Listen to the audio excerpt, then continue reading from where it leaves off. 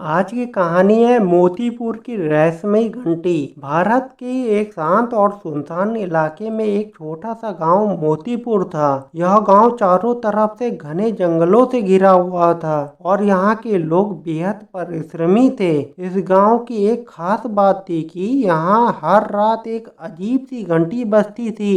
यह घंटी की आवाज कहाँ से आ रही है, आज तक कोई नहीं जान पाया था। गांव के बच्चे इस घंटी की आवाज से बेहद डरते थे और हर रात जब यह बजती वे अपने माता पिता के पास जाकर छुप जाते। गांव के बुजुर्ग कहते थे कि यह घंटी गांव की रक्षा करती है, लेकिन असलियत क्या थी यह कोई नहीं जानता था।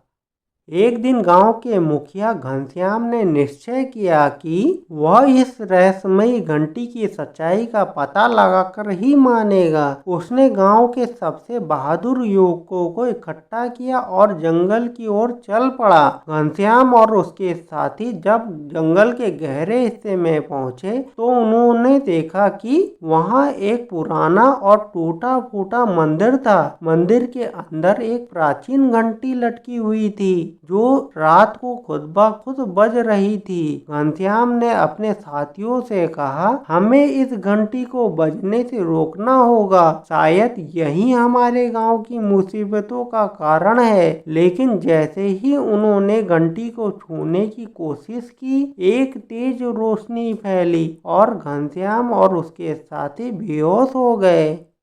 जब वे होश में आए तो उन्होंने खुद को गांव से दूर एक अजनबी जगह पर पाया। वहां कोई भी घर या लोग नहीं थे, सिर्फ एक बड़ा सा पेड़ खड़ा था। घनश्याम और उसके साथियों ने उस पेड़ के पास जाकर देखा तो वहां एक बोर्ड था जिस पर लिखा था, यहाँ से वापस जाने का रास्ता नहीं है। बोर्ड को देखकर वे सब घबरा गए। तभी उन्हें एक बूढ़ा आदमी दिखाई दिया। वह आदमी बोला, तुम लोग उस घंटी की सच्चाई जानना चाहते हो तो सुनो। यह घंटी इस गांव के लोगों की रक्षा करती थी, लेकिन एक दुष्ट जादूगर ने इसे श्रापित कर दिया। अब जब भी यह घंटी बजती है तो इसे जो छूने की कोशिश करता है वह इस रहस्यमयी जगह पर फंस जाता है।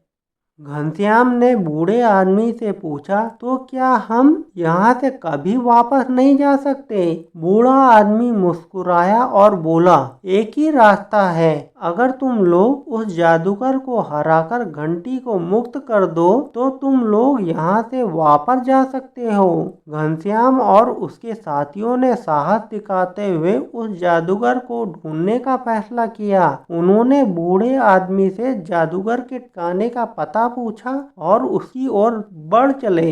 रास्ते में उन्हें कई अजीब और खौफनाक जीवों का सामना करना पड़ा, लेकिन उन्होंने हार नहीं मानी और आखिरकार उस जादूगर के किले तक पहुंच गए। वहां घनश्याम और उसके साथियों के साथ जादूगर की एक भयंकर लड़ाई हुई। जादूगर ने अपनी सारी ताकत और जादू का इस्तेमाल किया, लेकिन घनश्याम और उसके साथियों ने अपनी साहस और एकता से उसे हरा दिया। जैसे ही जादूगर मरा, घंटी का श्राप टूट गया और वे सब वापस अपने गांव आ गए। गांव के लोग घनश्याम और उसके साथियों का स्वागत करते हुए बोले, तुम लोगों ने हमें एक बड़े संकट से बचा लिया। अब यह घंटी हमारे लिए सिर्फ एक साधारण घंटी है।